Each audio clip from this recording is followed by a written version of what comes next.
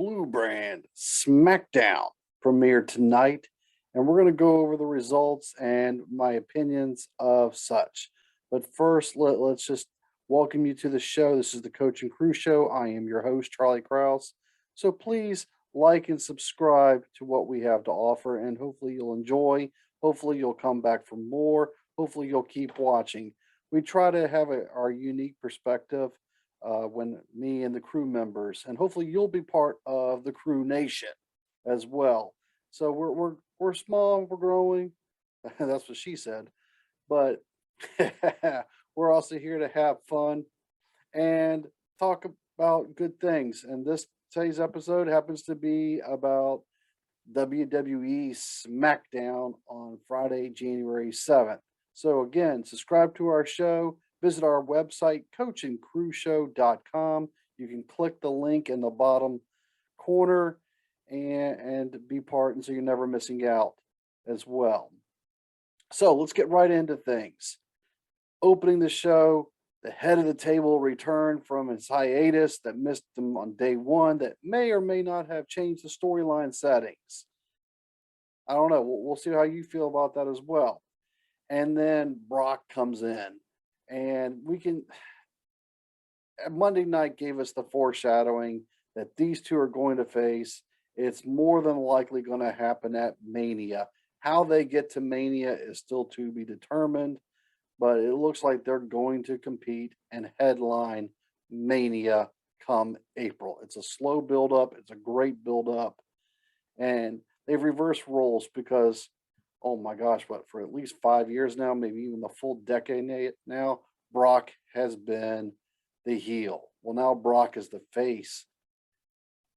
I can't believe I'm saying this. I like Brock as a face. I don't know why. I maybe he looks like he's from Montana and he's out there running with mooses. I don't know, but Brock as a face works for me. And how do you feel about it, audience? How do you feel about it, Crew Nation? Give us your feedback. I mean, tell us how you feel about Brock as a face. I think it's working. Paul Heyman as a face, he's like Randy Orton. Randy Orton as a face doesn't really work for me. Okay, there's some people that just better at what they do as a heel. Paul Heyman's one of those. There are some that play it perfectly, i.e., Dolph Ziggler. What? Dolph Ziggler. What? But the Coach and Crew Show here walks on water for Dolph Ziggler. What? You heard me, Dolph Ziggler. Well, that's our Dolph Ziggler moment of the day. I don't know when that build-up's going to lead to. It's got to be Mania. I doubt they're going to give us that match before Mania. But Brock is the face. It works. It just does. So there was a tease there. And then the show took a hard left turn. All right.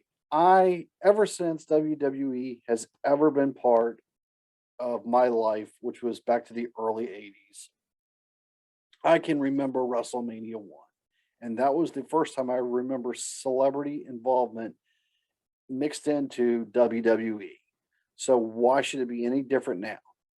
30-man Royal Rumble comes out, 6 days before the new Jackass movie does, starring Johnny Knoxville. How perfect is it that Knoxville can plug his movie into that, and so back and forth, and just collab on this type of thing? And Knoxville can take a bump, okay? And so odds are Knoxville's going to take a big bump. So his interaction with Sami Zayn early, I don't know how I felt about it initially. I still don't know how I feel about it because I don't know the Sami Zayn storyline just yet. But then Sami goes out and loses clean on a roll-up pin to Rick Boogs, who does nothing for me. The character just doesn't work for me at all. The Shinsuke character definitely is not working right now for me either. And it's a waste of a title when your champion had a total of 0 speaking lines today. So I was hoping today would be the match for Sami. Maybe they're pushing that off to Rumble. I don't know. Maybe it'll be next week. But Sami loses and he's the number one contender. Doesn't set well with me. The fact that Knoxville had the run in and throws him over the top rope, great if Sammy is in the Rumble match. Because now you've got a storyline in the building. And I like what WWE has done lately, and that's putting storylines into the Rumble. Not just, okay, you two have a little rivalry going, so you're not going to be in the Rumble. You're going to just have your storyline, and then that's it. Well, now one of them can come in at number 9, the other one can come in at number 14, and you've got yourself a storyline already that can take place and have other storylines involved as well. I like what WWE has done lately with that. Maybe Sammy will be in the Rumble, and Sammy will either eliminate Knoxville or Knoxville will go 2-0, eliminating Sami Zayn. Either way, if that's the route they go, I'm good with it. But what about the Intercontinental Championship? Something's just not working right there. Also, something's just not working right is the Women's Championship. Charlotte needs an opponent. Okay. Naomi calls her out. They already announced like 20 members of the field. That's fine. They're hurting for numbers already. Odds are they're going to bring in some NXTers as well. But there's not that one main headliner yet that's going to be back. I hate saying it, but if they're ever going to bring back Ronda Rousey, do it. And what happened to a few other superstars that we haven't seen in a while as well? So maybe there's a hidden entrance coming on the women's side that they can welcome back and be the number one contender. Because right now, Charlotte doesn't have one. Naomi, probably at Mania, because this is a slow build-up as well, will go against Sonya Deville. And that setup, that was just there to continue that setup. Charlotte was always going to win that match. Maybe Charlotte would have lost by DQ just because she felt like it. But Charlotte needs an opponent. And Charlotte's saying she's going to enter the Rumble. If she does that, then yes, that just says that there's 30 women and we don't have the numbers. That's all that's saying. So they got to figure out something to do that with that. Also, golly, you know how you have those wrestlers you want to like and you want to root for, but they are ultimately just the jobbers? Somehow the Viking Raiders, Raid, have become the jobbers. Madcap Moss, stupid name, but man, he could be next level superstar if he changes his name and changes his physical appearance of his attire. It doesn't work for me, but he can be the next real deal, I honestly think. So I'm always going to call him Baron Corbin. It's Baron Corbin. Handicap match, Viking Raiders. You want to see the Viking Raiders succeed, but we all know, even the 8-year-old kid knows that it's always Eric that takes the pin. All right. And they had some good moves. They were probably the better actual team, but you know who was going to take the win. And sure enough, they took the win. The headline match is going to be the street fight between the New Day and the Usos. Well, you kind of know where this was going to go, and you kind of know who's going to win. And it was to end that rivalry for at least now. And so we'll pin a pin on that, and that's the main event. With 47 minutes left in the segment, they then say, who is going to be the new number one contender? And Adam Pearce, you get to make that decision tonight. My initial thoughts were like, man, they screwed this up. They should have put that immediately after the Brock opener with Roman. And then that could have been a storyline throughout. Because we didn't even see Cesaro tonight. We didn't even see Ricochet tonight. And those are also 2 lifetime, all-time members of the Coach and Crew fan club. Where were they? It could have been a 2-on-1 handicap match for all I care. And Cesaro can hold his own, but just doesn't be given the opportunities. So who's going to be the number one contender? Because you also have to figure it's not going to be anybody already on screen tonight. And that eliminates the numbers.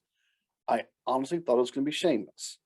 Well, then Sheamus cuts a promo saying he's in the Royal Rumble. So there goes that. we'll put a pin in that conversation and let us harp on that for more. And I was kind of disappointed how it's playing out. The match itself between the New Day and the Usos for a street fight, as far as TV normal SmackDown goes, it was probably your standard B plus type of match.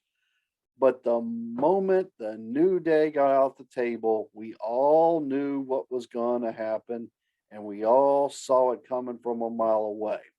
Implemented just 6 days ago on day one, the Usos implemented their new finisher, not the 3D, the 1D. I'm sorry, it's still the 3D. Because I just want to go 3D and have fun with it. Well, now that they got the table, I need Jay to push Jimmy and say, Jimmy, get the table. Just you have to. And if Jimmy's up high or Jay's up high and the other one's got on the ground holding down the opponent, I hope they do what's up. But odds are they're not going to do that either. But if you're going to go full Dudleys, you got to go full Dudleys. Plain and simple. All right, fast forward. Yeah, Kofi, once again, he's the sacrificial lamb for the New Day. He takes the pin. We'll let their storyline evolve somewhere else. The Usos move on. Now we find out who the number one contender is magically for the blue brand. And enters Seth freaking Rollins.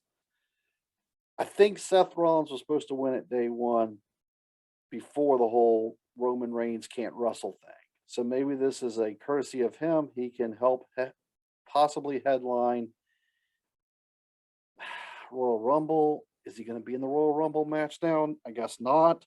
Obviously, it's no longer if you're on the red brand, you stay on the red brand. If you're on the blue brand, you stay on the blue brand. Because I know there are rules, and then there's wrestling rules. And this is a wrestling rule because they can always find some special exception to the rule to help them. And the reality is, Fox needs more headliners. They've got Roman and possibly Brock, and that's about it because they're not utilizing Cesaro and Sheamus and Charlotte the way they need to be. And McIntyre's hurt. So, and the storylines in December, that winner went to USA with the red brand of Raw. Second place, in other words, first loser, went to Fox with their storylines of December. So maybe this will help January's ratings of Fox, and that's my opinion of which storylines look better. So there's your SmackDown recap. Also, exclusively on our website, go to coachandcrewshow.com, and every weekend you'll see the updated power rankings. They will come out every Saturday morning unless there's a pay-per-view that weekend. Then they'll come out shortly after the pay-per-view. So check out our website, coachandcrewshow.com.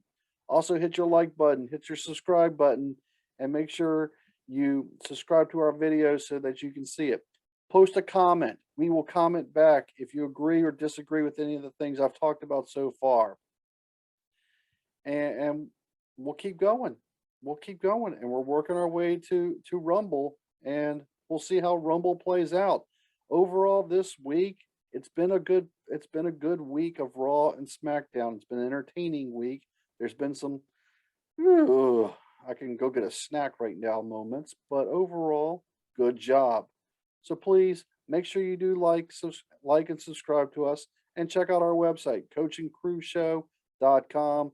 Lots of different things you can click on and hopefully get involved with, and leave us a comment. Till next time.